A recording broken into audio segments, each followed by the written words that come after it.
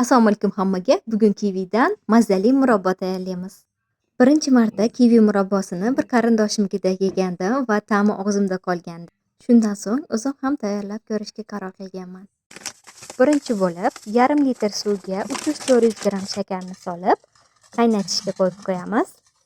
Suvimiz qaynaguncha kivilarimizni tozalab olamiz.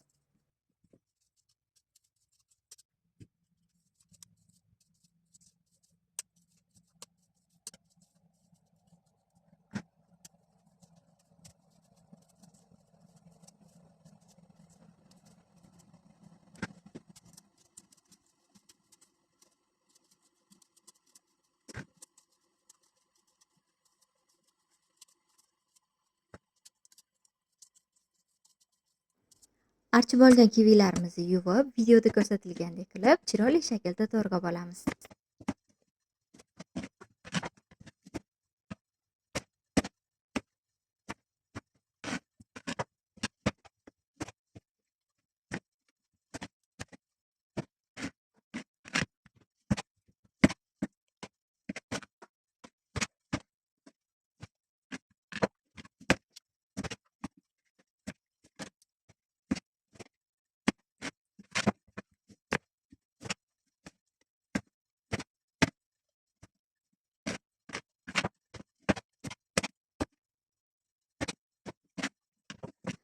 Qaynayotgan sirupimizga kivilarimizni solib, 20 daqiqa past olovda qaynatib olamiz.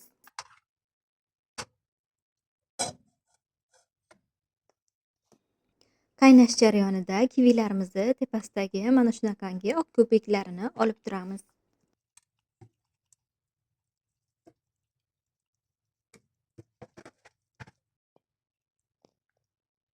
Yigirma daqiqa qaynab bo'lgach, olovni o'chiramiz va yana 15-20 daqiqaga sovutib qo'yamiz.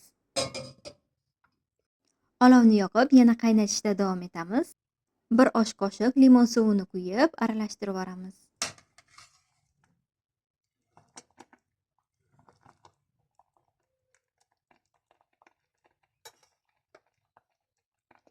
Mana kivi murabboyimiz tayyor bo'ldi. Ana endi buni sterillangan bankalarga yopib chiqamiz. 8 dona kiviyimdan 1 litr murabbo chiqdi. Yarim litrli bankalarga chiroyli qilib yopib qo'ydim.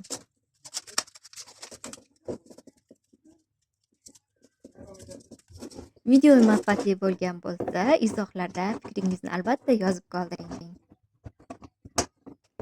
Mana kivi murabboyimiz tayyor bo'ldi. Albatta siz ham tayyorlab ko'ring. Ta'mi juda ham mazali chiqadi.